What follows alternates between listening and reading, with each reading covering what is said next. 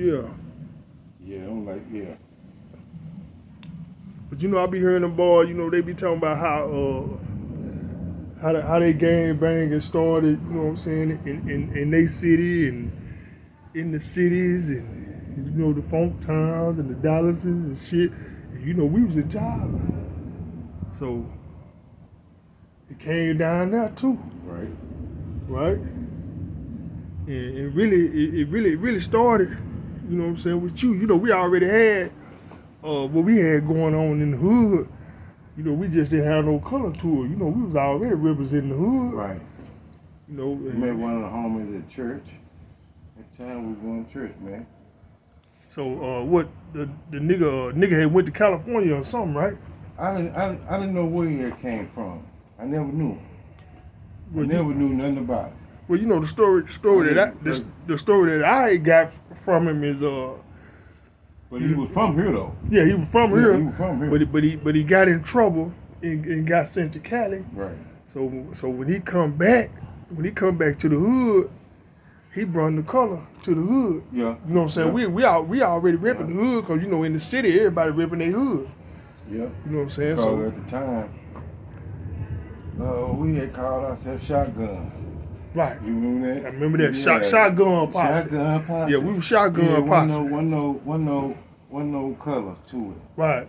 Yeah. And matter of fact, no, it wasn't no color to it.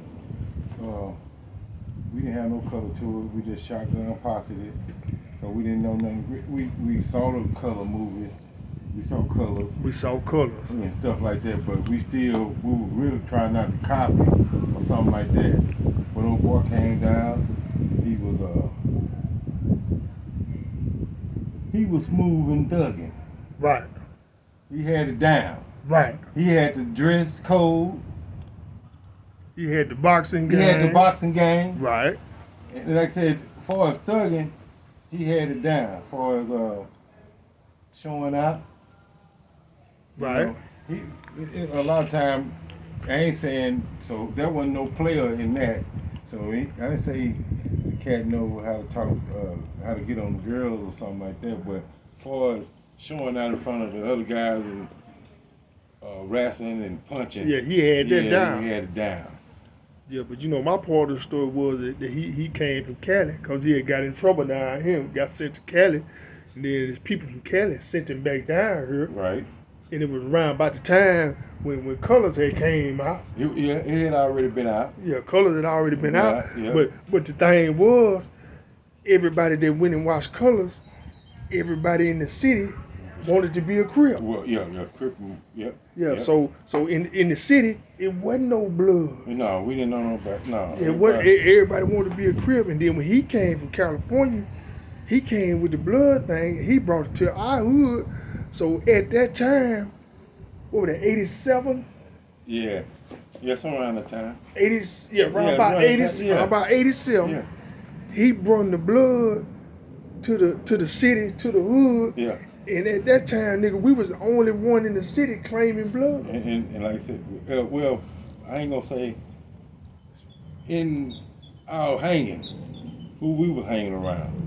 I don't know about nobody else. That's what I'm saying. We never heard about nobody else. I never heard about nobody else. We never heard about nobody else. It was only us. Yeah. So it made us like the underdog. Yeah. And really and truly, I enjoy being the underdog because I always feel like niggas always underestimated me anyway. So that gave me an opportunity to shine. And not to cut you off, in little ways he kind of brought it in to us was, hey man, I can say it was forceful. Yeah. I ain't gonna say he could beat us up or nothing like that, but he was adamant about it every day. Right. Like, man, you ain't got no red. Right. He wasn't trying to jump on you or nothing, but he was like, just kind of like checking us, like, y'all ain't got no red? Right. Man, we're red. Right. I mean, this what, woo. Kind of showing us some signs, but we started trying to make our own signs. Right. We stayed, we were from Texas, so he was with that. Right. But yeah. He brought it down. He went to California and introduced. So he did that. Right. He did that. So it was like we really was against all the other neighborhoods because we was the only one that was claiming the red, and we didn't have as many niggas in our group as the other neighborhoods had. No, we didn't. We even though we come from a neighborhood where there was a lot of us, what we were doing, we made a clique within the clique. Right. So that's why our clique was so small. Right. We didn't like just join the clique that was going on at the park in our neighborhood. No, we were trying to be tougher than that. We're gonna make our own clique, and it wasn't number like 5 or 6 of us. Right. And you know, when we went to the parties, when we went to the games and shit, we felt like we had to prove ourselves. We felt like we had to stick our chests out so we could get respect from the other hoods that was so-called crippin' or just on some hood shit. Yeah. So, you know, we'll jump out there. And to be honest with you, for the most part, we were successful in everything that we tried on them niggas. You know what I'm saying? We really didn't take too many L's. Right. You know? It was some occasion we took some. Yeah, it was some occasions. This ain't no person where this ain't one of them stores with them you talking about 50 and 0. No, nigga wasn't never 50 and 0. No Floyd Mayweather's out there. No. So, yeah, we went OG pressure. We went 52 and 0. Yeah, nigga, it was some L's in this process. Right. But the L's was hey, look how small we was. Right. You know. So it really was expected for us to take L's. Yeah, sometimes that's what it was when you were messing with somebody that was 10 deep. Right. 12 deep. Right. You know you gonna get an L. You gonna get caught slipping. Yeah. And you know, I remember, man, it was so cold that we never wanted to go nowhere alone. We couldn't. And I remember, goddamn, you had a girlfriend, and you couldn't even take your girlfriend to the movies without coming to pick me up. Shit. I had to go to the movies with you and your girl for protection. Or vice versa. We wouldn't go to the movies with just our girl. And you know we had an instance where it happened. Right.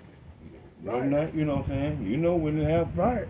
They damn near killed him. And we was youngsters playing this gang game. Just, hey man, we were still in high school. Yeah, still in high school. Yeah, we still in high school. Say, man, and they damn near killed one of our friends, man, by just, hey man, they caught him out by himself, and he went to take his girlfriend out to the movies, and they caught him by himself. He didn't come get us that night. Right. Come get none of the fellas to ride with. Right. Yeah, so shit. We didn't know how serious it was, but it was serious, It was man. serious. And the only place that we really felt safe in was in the hood, because we knew wasn't nobody gonna come up in the hood to try to get at us. No, they won't come no, you know. So for the most part, man, we never did really leave the hood. And same with going to other people's hood. Right. We weren't going over there fucking with other people. Going over there fucking with them either. Just like if we thought we were tough, we felt that all the other cliques were tough too. Right. Hey, we felt all the other cliques were tough right. too. We didn't go over there nanny boo boo and fucking with none of them. We went over there in the neighborhood and then we went over there and played some basketball or some football and brought our ass on back. You know, most of the problems really came when we would meet on the strip or at the movies or at a house party or some at the lake or some shit like that. But and that shit'd be over some elementary girlfriend. Right. For the most part, for the most part, it wouldn't even be because you didn't said nothing disrespectful. We stayed in a small town and all the bad guys and good looking guys, they bumping heads because it's only it's a lot of pretty girls there, but hey man, it's only so many you gonna get with it. Hey, right. You end up bumping heads in a small town, bro. Do you remember how the shit got broke up? You remember when we got off the bullshit? You remember how it got broke up? I kind of do. Did you talking about when we had to start walking each other home?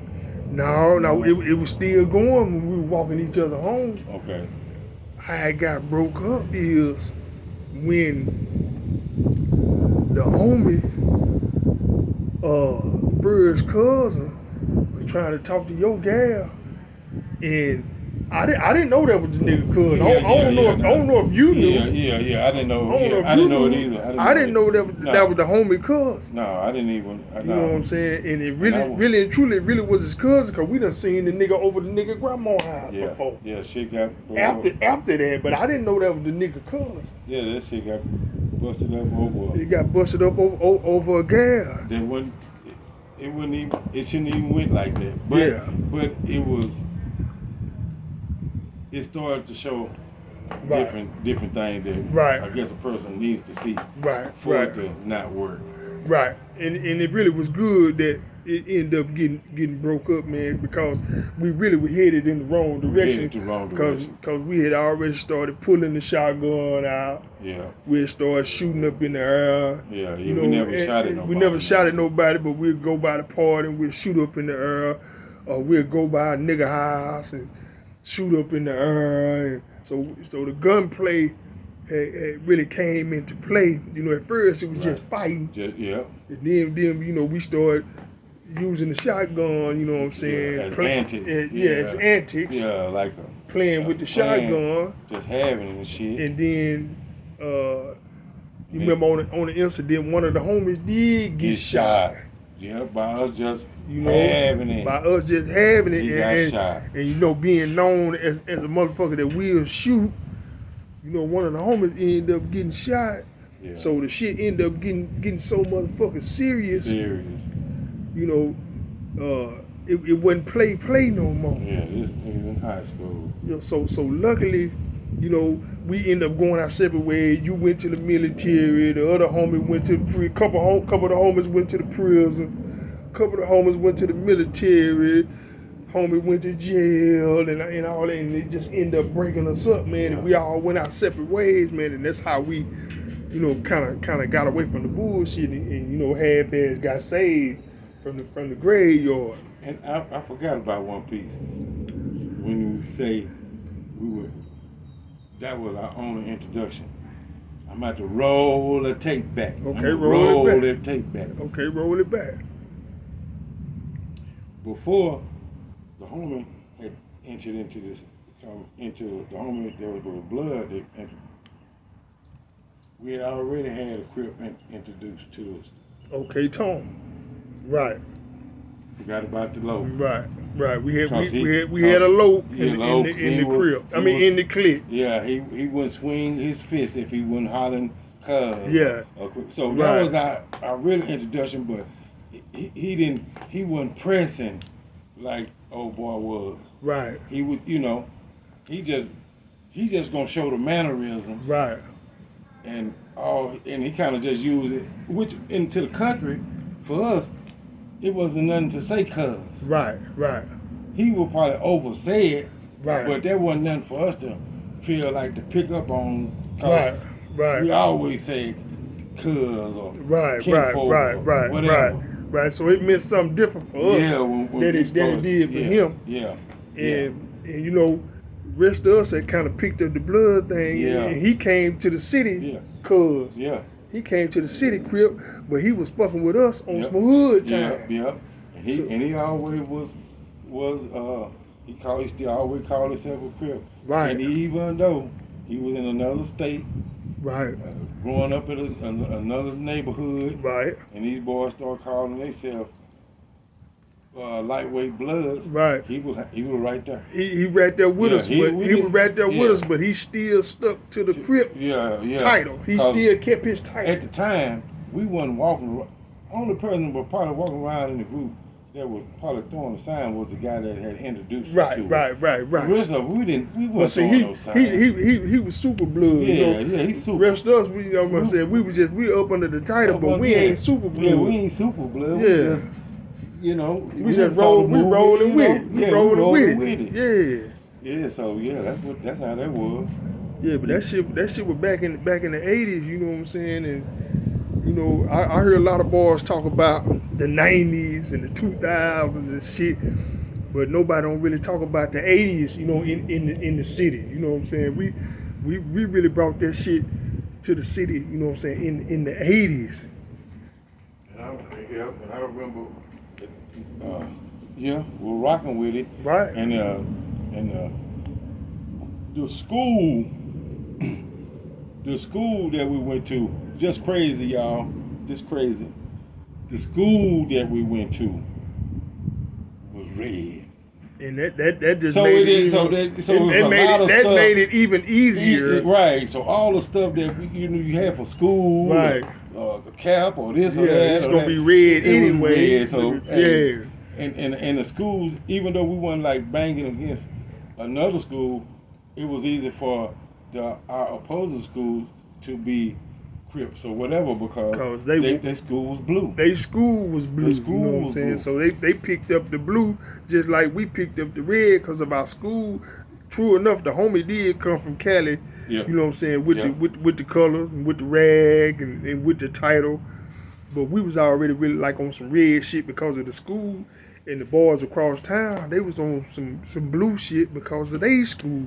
Yeah, and you know, I can't speak on too much of the politics of their school or what they were doing, but a lot of the cats that we kind of seen and knew over there, everybody knew about the colors. They wasn't being on Crip because that was the school color. Right. So I think most of the guys over there that was acting wild and stuff, they went on a Kings and a right. Because some of the boys was claiming Kings and all that shit. Raiders and all, you know. Yeah, stuff they like wearing that. the jackets and shit. Yeah, they had that. You know, back then and shit. Yeah, but most definitely we didn't come to no Fort Worth where I wasn't knowing about what nobody was doing in them towns or who was cripping up. I'm pretty sure they was because it was killing and banging going on in any of these towns that wasn't where we stayed at. I can mention a bunch of towns, man, that they always had some banging or something going on. Right. Longview, Athens. Right. Man, you can go all over them. Yeah, Marshall, they were doing wherever you want to go to. Yeah, they were doing. doing. Ain't got to just go to Dallas and Fort Worth. Right. The big cities, small cities was on it too. City was like that too, and you can go there and get you a moonshine drink, but you can even get you a lump on your head too. You get bullshit. You can get on the wrong shit. Yeah. That's anywhere you go, man. Right. You know, so a lot of them be thinking that you got to go to the city to be involved and stuff. No, it ain't nothing like that, man. It's, bad traits everywhere, bro. But man, what's so crazy about it? You know, after going through all that shit and then going to that penitentiary and end up touching the yard out there in Cali, what they call Cali the land. I'm out there on the land. You know what I'm saying? So I'm out there walking around with the boys that's supposed to be the originators. You know what I'm saying? So I'm looking at this shit live and up close. And to be honest with you, man, I wasn't impressed because it was nothing like they portrayed, and it was nothing like what I thought it was gonna be when I went out there. You know, for the most part, I don't know if it was because niggas had growed up or it was because I didn't know they politics or whatever. But when I got out there, man, them boys, they wasn't on nothing. They wasn't beefing against each other, nigga. Right. It was like they had respect for each other. They was really like on California time, you know. We from California.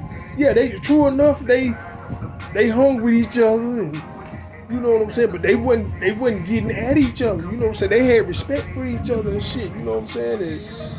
And they was getting along, and really for the most part, it was like they problems was with the Mexicans. You know what I'm saying.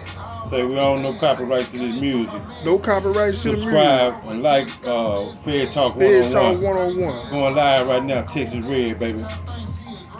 But like I say, man, them boys, they basically was like kind of together, like, you know, they had their little separate areas where they hung. You know, Bloods over here, Crips over here, or whatever. But when it all boiled down to it, nigga, they was like on Cali, just like we was in Texas, you know what I'm saying? Right. When all us Texas boys get together, it ain't about no crippin' no blood, nigga. I'm from Tyler, Dallas, Fort Worth. It wasn't all about that, nigga. It's all about Texas. So when you in that penitentiary, it don't matter if you blood, crippin' or whatever, nigga. But they do have the cars. Okay, let's just say you from Tyler. If you don't want to rep Texas, you don't have to get in the Texas car. You can choose where you want to be. You might be from Texas. You might just say, shit, nigga, I'm a blood, nigga. I'm a roll with the Bloods. So you going to have that choice to be where you want to be. And everybody's going to respect where you go. Wherever you go. Wherever you go. Right. And you're going to receive your love wherever you go. And you're going to receive your protection wherever you go. It matters where you from. That's tight. That's how they rock. You have when you walk through that door, you have a choice to be what you want to be. You might say, man, I don't want to be nothing, nigga. I'm going to church. Okay, he out the way.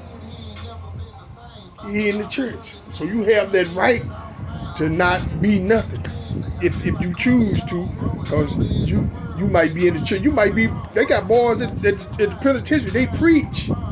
Them niggas go in there and be in there preaching at the church and shit. You know what I'm saying? So if you want to be a preacher at the church, you want to be a deacon, or you want to be into the church, you have that right. You have that choice to be there. Whatever you want to be in there, you can be in.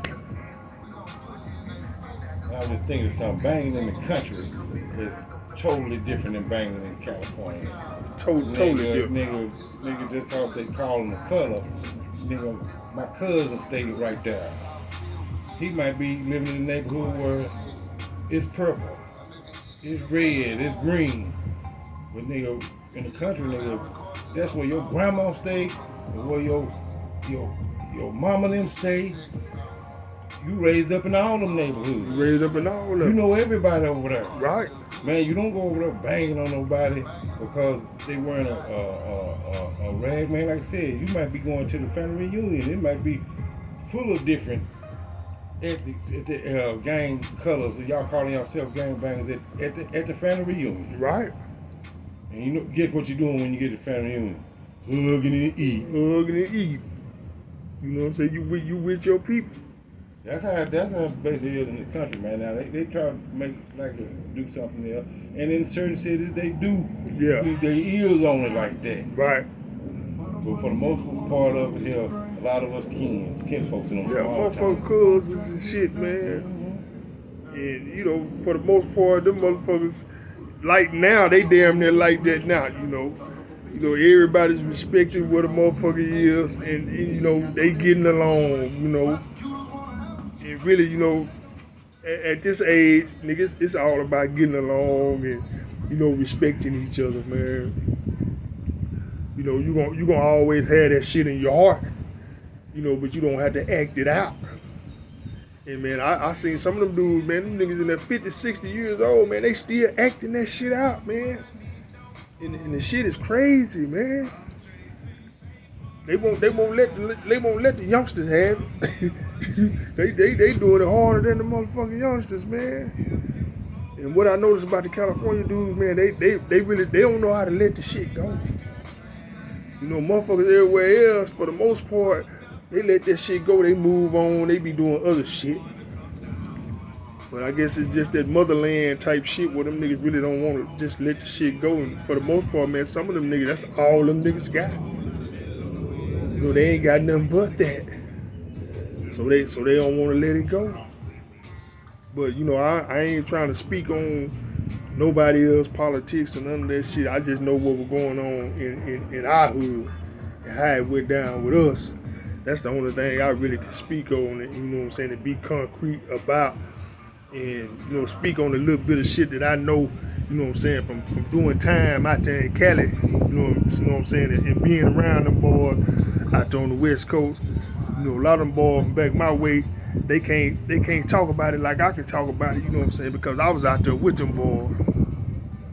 So I got a little knowledge. Like I heard some of the boys on the podcast, OG Prince, all them boys, they ain't never been out there. So I feel like I got a you know, a little advantage, you know what I'm saying, because I have been out there, you know what I'm saying, and interacted with some of them boys. And, you know, I know a little bit about their politics and shit. Like I said, you know, when I first got out there, uh, they put me in a cell with two blood niggas. And the reason why they put me in the cell with two blood niggas, because I'm on game file as a blood. So them niggas already know when I came to the cell, they already knew what it was. So automatically, them niggas were like, man, what you gonna do? These two Cali niggas, they know where you from, man, I'm from Texas.